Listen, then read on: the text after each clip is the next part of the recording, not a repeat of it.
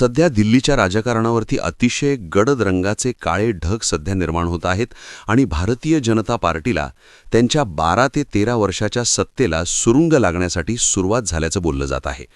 राहुल गांधींनी बऱ्यापैकी आपली सगळी सिस्टम आता कामाला लावली आहे आणि इकडे मात्र भाजपची सिस्टम सगळी पूर्णपणे फेल होताना जाणवते आहे. मित्रांनो, या घडीच्या या सगळ्यात मोठ्या बातमीने मात्र राज्याच्या राजकारणावरती केंद्र सरकारला जबर हादरे बसण्यास सुरुवात झाली असून आता सरकार कोसळणार का, नितीश कुमार आणि चंद्रबाबू नायडू पाठिंबा काढणार की काय, हा प्रश्न विचारला जातोय. इंडिया आघाडीचा हा मोठा गेम सुरू झालेला असून आता तर राहुल गांधींना भेटण्यासाठी हे नेते आतुर झालेले दिसून येत आहेत. मित्रांनो, नेमके केंद्रात काय घडते आहे याची सविस्तर आणि सगळ्यात मोठी बातमी आपण जाणून घेऊयात. तत्पूर्वी तुम्ही आपल्या चॅनलला सबस्क्राईब केले नसेल तर लगेचच करून घ्या.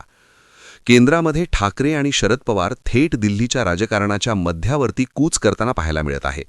नितीश कुमार आणि चंद्रबाबू नायडू यांनी आता आपले पत्ते खोलण्यास सुरुवात केली आहे आणि इथूनच भारतीय जनता पार्टीचं राजकारण समाप्तीला सुरुवात झाली आहे.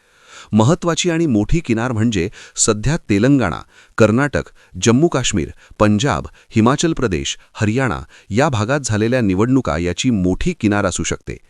केंद्रातील नरेंद्र मोदी यांच्या नेतृत्वाखालील सरकार सध्या प्रचंड दबावाखाली असल्याचं चित्र आहे. लोकसभा निवडणुकानंतर निर्माण झालेल्या राजकीय घडामोडींमुळे केंद्रातील सत्ता संतुलन पूर्णपणे ढवळून निघाला असतानाच मोदी सरकारला आता खूप मोठा तगडा झटका बसतोय. जागतिक पातळीवरती भाजपा जरी आपली प्रतिमा स्वच्छ करत असली तरी देखील महाराष्ट्रासह देशभरामध्ये भाजपा आणि केंद्राची प्रतिमा मलिन झाली आहे. विशेषतः नितीश कुमार आणि चंद्रबाबू नायडू यांच्या भूमिकेकडे संपूर्ण देशाचं लक्ष गेले 2 वर्ष लागलेलं होतं. दोन्ही नेते इंडियेतून पाठिंबा काढण्याच्या तयारीत, तर मोदी सरकार अल्पमतात, हा नेमका काय सांगितला जात आहे दिल्लीचा महत्त्वाचा अंदाज. लोकसभा निवडणुकांमध्ये भाजपाला स्पष्ट बहुमत मिळालेलं नसल्यामुळे एनडीएला मित्रपक्षांच्या पाठिंब्यावरती सरकार स्थापन करावं लागलंय. जेडीयू अर्थात नितीश कुमार आणि टीडीपी अर्थात म्हणजे चंद्रबाबू नायडू हे 2 पक्ष सत्ता स्थापनेसाठी निर्णायक ठरलेत. मात्र सत्ता स्थापनेच्या नंतर केंद्र सरकारकडून अपेक्षित राजकीय आर्थिक लाभ न मिळाल्याची नाराजी या 2 पक्षांमध्ये प्रचंड स्वरूपामध्ये वाढत असल्याचं बोललं जात आहे. आता तर बिहारला एका सर्वात मोठ्या राज्याचा दर्जा देण्यासाठी त्यांनी मागणी केली असेल तरी देखील विशेष दर्जा त्यांना मिळाला नाही. आर्थिक पॅकेज नाही, विशेष दर्जा नाही, केंद्रातील महत्त्वाची मसीब बदल नाहीत, प्रकल्पावरून निधी नाही, या सगळ्यांवरून या 2 पक्षांमध्ये प्रचंड नाराजी निर्माण झाली आहे. चंद्रबाबू नायडू हे दोघे इंडिया आघाडीच्या सातत्याने संपर्कात असल्याची सगळ्यात मोठी जोरदार बातमी दिल्लीतून सध्या समोर येत आहे. इंडिया आघाडी आता देशभर आक्रमक रणनीती आखताना दिसते आहे. ईव्हीएम हटाव देश बचाव ही घोषणा देत इंडिया आघाडीने देशभरामध्ये आंदोलनाची तयारी सुरू केली आहे. निवडणूक प्रक्रियेतील पारदर्शितेवरती प्रश्न उपस्थित करत बॅलेट पेपरवरती निवडणुका घ्याव्यात अशी ठाम भूमिका विरोधकांनी घेतली. याच मुद्द्यावरून देशातील राजकीय वातावरण तापलं आहे. विविध राज्यांमध्ये सध्या भाजपच्या विरोधात आलेले सगळे निकाल ही आता भाजपची केंद्रातील सत्ता हद्दपारी करण्याच्या दृष्टीने चालू झालेली वाटचाल आहे का, असा प्रश्न विचारला जात आहे. बिहारचे मुख्यमंत्री नितीश कुमार हे त्यांच्या राजकीय चालींसाठी ओळखले जातात. वेळेनुसार भूमिका बदलण्यात ते पटाईत मानले जातात. गेल्या काही वर्षात त्यांनी भाजपसोबत युती केली, मग महाआघाडीत प्रवेश केला, पुन्हा एनडीएमध्ये पुनरागमन केलं, असे अनेक राजकीय निर्णय त्यांनी गेल्या काही वर्षांमध्ये घेतलेले आहेत. इथेच भाजपचं चुकलेलं आहे. सध्या मात्र केंद्र सरकारकडून अपेक्षित सन्मान, बिहारसाठी मोठे आर्थिक पॅकेज न मिळाल्यामुळे ते नाराज आहेत. सूत्रांच्या माहितीनुसार त्यांनी इंडिया आघाडीतील प्रमुख नेत्यांशी गुप्त चर्चा सुरू केल्याचं बोललं जात आहे. जर नितीश कुमार यांनी एनडीएमधून बाहेर पडण्याचा निर्णय घेतला तर मोदी सरकारचं गणित पूर्णपणे कोलमडू शकतंय. आंध्र प्रदेशचे मुख्यमंत्री चंद्रबाबू नायडू सध्या केंद्रातील राजकारणात किंगमेकर ठरत आहेत.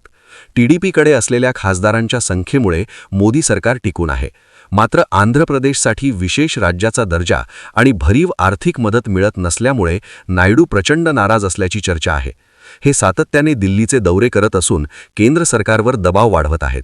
त्यांच्या मागण्या नाही झाल्या तर ते राहुल गांधींची भेट घेणार असल्याची धक्कादायक माहिती समोर येत आहे. सध्याच्या संख्यानुसार नितीश कुमार आणि चंद्रबाबू यांनी केंद्रातील सरकारचा पाठिंबा काढला की 100% भाजपा अल्पमतात येते. देशात मोठा राजकीय भूकंप नाकारता येत नाही. इंडिया आघाडी यासाठी पूर्णपणे सज्ज असल्याचं चित्र आहे. सरकार स्थापन करण्यासाठी आवश्यक संख्याबळ जमवण्यासाठी राहुल गांधी यांनी हालचाली सुरू केल्याची देखील जोरदार चर्चा देशामध्ये सुरू झाली आहे. या सगळ्या घडामोडींमुळे देशातील राजकीय वातावरण तापलं असून सोशल मीडियावरती मोदी सरकार कोसळणार, नितीश नायमू गेम ओव्हर, मोदी इंडिया आघाडीचा मास स्ट्रोक या सगळ्या चर्चा जोरदार सुरू राहिल्या आहेत.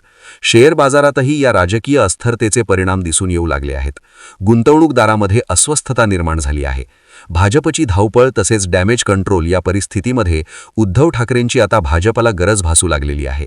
उद्धव ठाकरेंचे केंद्रात 9 खासदार आहेत. 9 खासदारांचा पाठिंबा जरी मिळाला तरी केंद्रातील सरकार वाचू शकतं, हे आता भाजपला कुठेतरी आता आठवू लागलंय. त्यामुळे ठाकरेंची शिवसेना फोडताना ठाकरे भाजपला आठवले नाहीत. आता मात्र ठाकरेंची गरज जेव्हा जेव्हा लागते तेव्हा मात्र भाजपा नाक घासत मातोश्रीवरती येते, असं संजय राऊत यांनी आपलं विधान व्यक्त केलंय. त्यामुळे येत्या काही दिवसात केंद्रातील सत्ता समीकरण पूर्णपणे बदलू शकतं.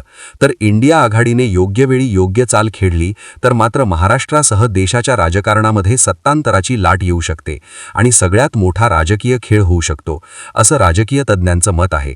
आगामी काळात काय होतंय ते आपण पाहणारच आहोत. परंतु मित्रांनो, सध्या मात्र उद्धव ठाकरे आणि भाजपा यांची जवळीकता वाढणार का, याकडे सबंध महाराष्ट्राचं लक्ष लागून आहे. याबाबत तुमचं मत कॉमेंट बॉक्समध्ये नक्की द्या आणि अशाच माहितीपूर्ण व्हिडिओंसाठी आपल्या चॅनलला सबस्क्राईब करायला विसरू नका. धन्यवाद.